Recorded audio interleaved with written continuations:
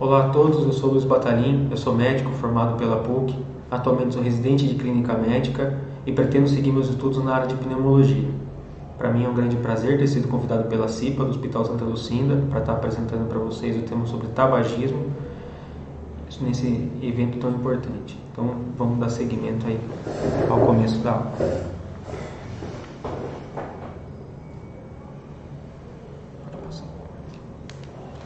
Bom, eu começo a apresentação reforçando a importância do Dia Nacional de Combate ao Fumo. Na ocasião em que essa aula provavelmente será apresentada a vocês, o dia 29 de agosto já deverá ter passado, mas de qualquer forma eu gosto dessa imagem que é bastante emblemática. Nela, à medida em que o cigarro queima também a nossa saúde, né? E viver bem é viver com saúde, viver bem é viver sem o cigarro. Por isso é tão importante essa imagem, acredito eu, né? E para introduzir o nosso assunto, eu começo falando sobre o consumo de tabaco no mundo e qual é o prejuízo do tabaco para a sociedade e para o indivíduo. Tá? O consumo de tabaco é responsável pela perda precoce de 1,3 milhões de vidas a cada ano no mundo. E tal prejuízo ele se deve justamente às doenças atribuídas às substâncias que estão presentes no tabaco. E essas doenças são, por exemplo, o infarto, o AVC, que é o derrame, o enfisema pulmonar e aos vários tipos de câncer que estão relacionados ao tabagismo. Tá? O homem fumante ele vive em média 12 anos a menos do que o homem não fumante e a mulher fumante vive 10 anos a menos. São números bastante expressivos. E no Brasil? No Brasil, 428 pessoas morrem por dia por causa do tabagismo. Em 2015, para você ter uma ideia, o tabagismo foi responsável por cerca de 156 mil mortes. E as mortes anuais atribuíveis ao tabaco são expressivas. Elas chocam, né? 34 mil, em torno de 35 mil doenças cardíacas são responsáveis, mortes por doenças cardíacas são responsáveis ao tabaco. Em torno de 31 mil a doença pulmonar obstrutiva crônica, que seria o enfisema, e em torno aí de 40 mil ou mais relacionados a câncer, incluindo câncer de pulmão, que corresponde, o tabagismo corresponde a 78% dos casos de câncer de pulmão, está envolvido em 78%, e aos outros tipos de câncer, tá certo? E se os números chocam, eu já adianto para vocês, as imagens que virão a seguir também chocam muito. Então, quem tem aí o estômago fraco, eu já sugiro que feche os olhos, tá bom? Porque em 2018, o Ministério da Saúde ele tornou obrigatória a presença dessas imagens, como vocês podem ver, chocam bastante, no verso dos maços de cigarro, por um motivo óbvio. São imagens mais duras para fazer o tabagista repensar o consumo do tabaco. Com essas imagens a gente reforça que esse produto ele pode causar cegueira, ele pode causar câncer de boca, na língua, no esôfago, trombose, gangrena.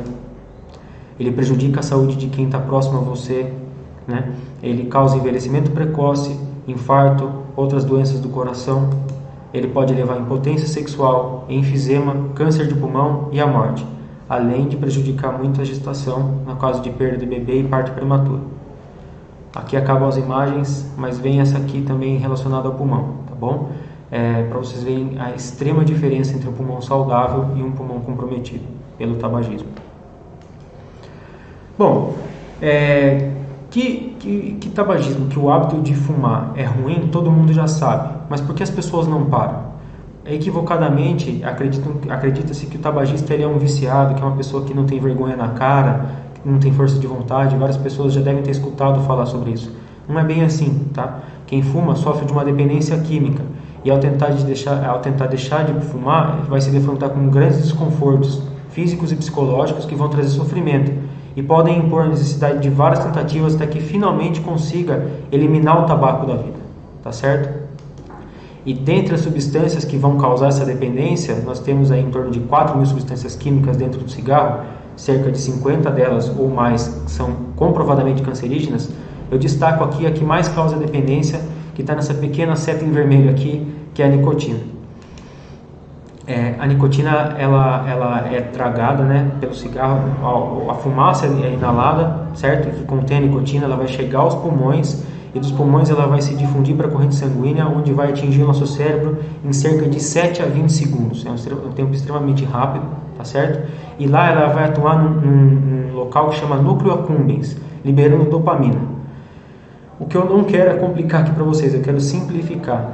Esse núcleo accumbens ele é conhecido como o sistema de recompensa. E ao liberar a dopamina vai causar uma sensação de bem-estar, de prazer. Então o fumante ele vai aprender que o ato de fumar vai levar uma sensação de prazer. Seria um reforço positivo. Isso leva à dependência química, isso leva a crises de abstinência. A nicotina é uma das únicas drogas que causa crises de abstinência em minutos. 20 a 30 minutos no caso o indivíduo, ele já tem a necessidade de estar buscando um outro cigarro para levar à boca. E vai ocasionar uma das piores dependências químicas de todas. E quais são os sintomas? Quais são os sinais de síndrome de abstinência da nicotina? Seria o inverso do hábito tabágico. À medida em que o paciente ele deixa de fumar, a frequência cardíaca diminui, a pressão arterial diminui, o paciente começa a ter um pouco mais de ganho de apetite, ganho de peso, pode ocorrer desse aumento do apetite, além de incoordenação motora e tremores. Isso relacionado à parte biológica. Em relação ao psicológico, o paciente que acaba desenvolvendo essa fissura, ou chamado craving, ele acaba se tornando mais inquieto, ansioso, acaba apresentando maior irritabilidade, pode apresentar insônia, humor deprimido, certo? E certa dificuldade de se concentrar e manter a atenção. Dificulta até mesmo o relacionamento social. E os meios pelo qual o paciente pode ingerir a nicotina, alguns deles estão descritos aqui, como por exemplo o fumo de corda, o cachimbo, o rapé, o charuto e o narguilé. Estima-se, de acordo com a Organização Mundial de Saúde dispõe para a gente esses dados, né, que 1 hora de narguilé equivale a 100 cigarros fumados. Então, virou moda em relação aos jovens, principalmente o uso do narguilé, e a gente sabe que não é isento de risco, tá? Bom, e a moda da vez seria o cigarro eletrônico. Será que ele é tão bom moço assim? O cigarro eletrônico nada mais é do que um cartucho de nicotina, onde contém geralmente água, glicerina, álcool, nicotina e alguns aromas, ligado a um dispositivo que contém uma bateria que vai aquecer esse dispositivo, tá certo? E a fumaça é inalada para dentro dos pulmões, e dentro dessa fumaça acaba contendo a nicotina e várias substâncias químicas que vão cair nas correntes sanguíneas e vão levar a irritações, a doenças, né, irritações respiratórias pelo trajeto da fumaça até o pulmão, né? E a nicotina vai levar a crises de abstinência e a doenças cardiovasculares, tanto quanto o cigarro, tá bom? É um grande vilão aí. Inclusive, vários desses aromas podem levar inclusive a lesões agudas pulmonares.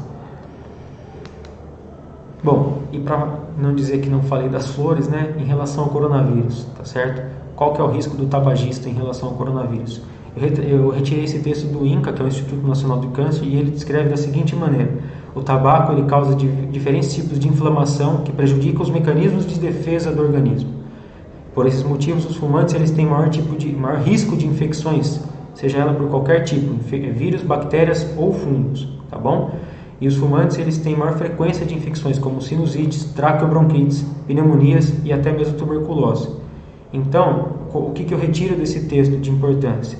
O paciente que ele é tabagista, ele acaba tendo uma dificuldade em mecanismos de defesa que podem sim facilitar a entrada do vírus, do coronavírus, portanto, tá certo? E agora, passando um pouquinho mais para frente, eu trago outra imagem que choca bastante, né?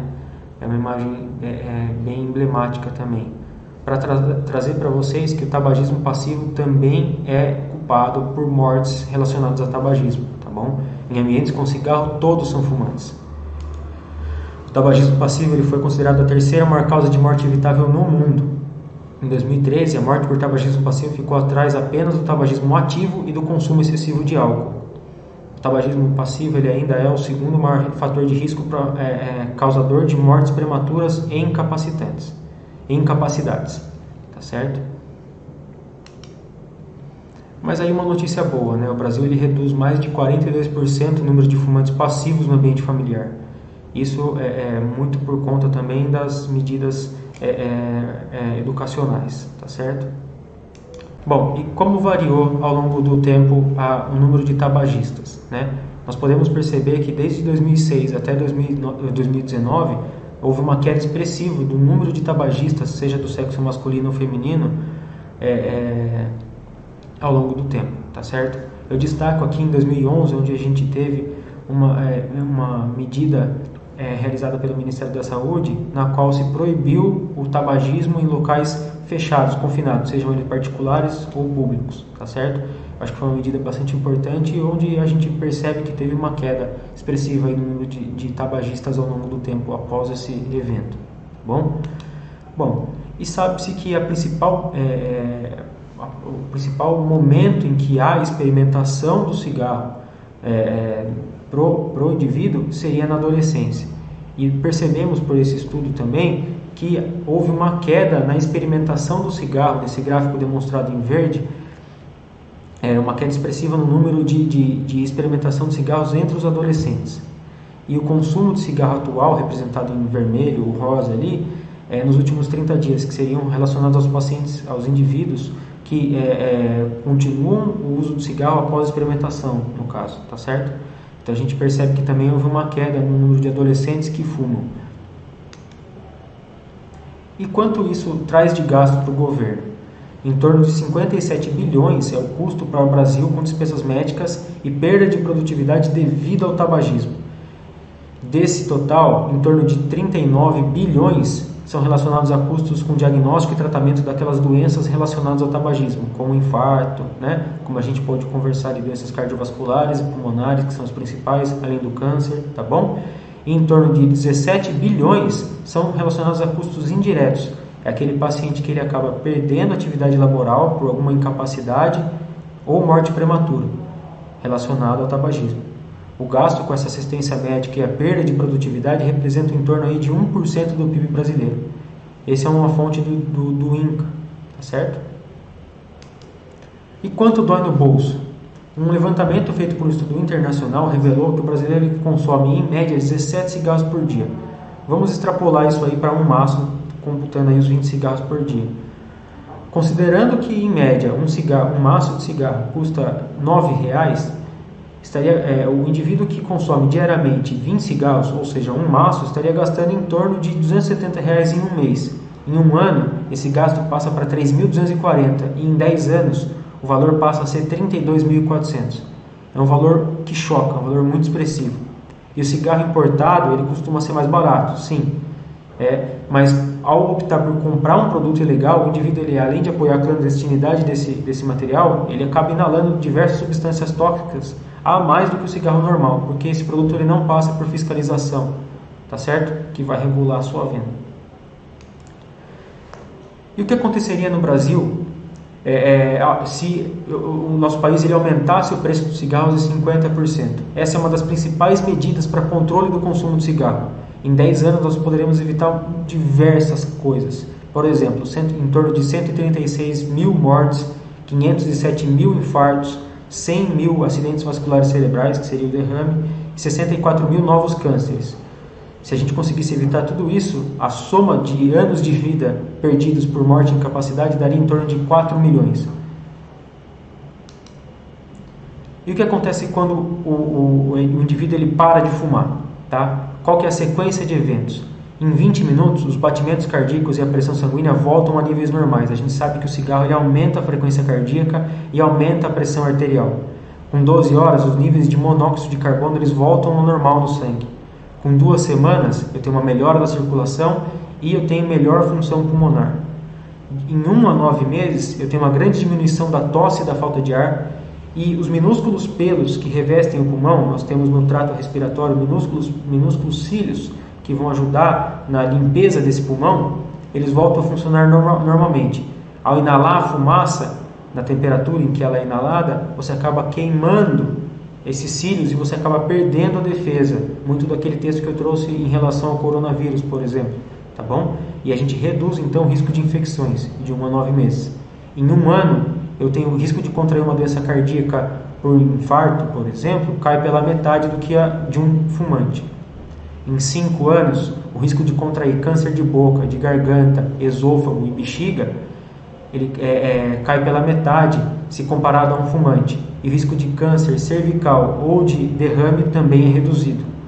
Em 10 anos, o risco de morrer de câncer de pulmão é reduzido pela metade se comparado a um fumante. E o risco de contrair câncer de laringe e de pâncreas também diminui. Em 15 anos, o risco de doença cardiovascular é o equivalente ao de um não fumante, tá certo? Então, a importância de se parar o quanto antes, o tanto de benefício que esse paciente pode ter, tá certo? E é importante buscar ajuda médica para parar de fumar. É comprovado que apenas 3% dos indivíduos que tentam parar de fumar sem auxílio conseguem se manter abstinentes após um ano da tentativa. Quando há ajuda médica, essa chance é muito maior, podendo alcançar em torno de 35% a 45% em um ano, mesmo com as esperadas recaídas. O tabagismo é classificado como uma doença crônica pela OMS, Organização Mundial de Saúde, e é muito importante procurar ajuda o mais cedo possível para prevenir a ocorrência de doenças relacionadas ao tabaco e por conta disso tudo que a gente acabou de conversar nesse slide anterior. O SUS ele vai oferecer esse tratamento gratuito. Ele é ofertado nas unidades básicas de saúde e em 2016 o número de pacientes atendidos chegou aí a quase 1.900.000 pacientes atendidos pelo SUS para ajudar a parar de fumar. E o Ministério da Saúde ele investe muito na compra de adesivos, pastilhas, gomas de mascar e a bupropiona, que fazem parte do arsenal que nós utilizamos para poder tratar esse paciente. Bom, quais são então as terapias disponíveis? Nós temos aí, na parte da terapia farmacológica, os métodos combinados são os mais importantes, são mais comprovados para que haja melhor eficácia. E nós incluímos o tratamento nicotínico, que seria o adesivo ou a goma, e os não nicotínicos, que seriam os estabilizadores de humor, como a bupropiona e a vareniclina, que não está disponível no SUS, mas é também um método de farmacológico não nicotínico para poder ajudar. Inclusive seria a primeira escolha. E um dado bastante importante, falei de tanta tragédia, né? Mas em 10 anos o consumo de cigarro no país caiu 35%. E muito se deve às campanhas nacionais de combate ao fumo e a uma maior consciência da população do quanto isso faz mal e do quanto isso pode levar de risco cardiovascular, doenças pulmonares e até mesmo câncer e outros tipos de doenças relacionadas. Então fica aqui meu apelo para o combate ao fumo. E é isso, muito obrigado.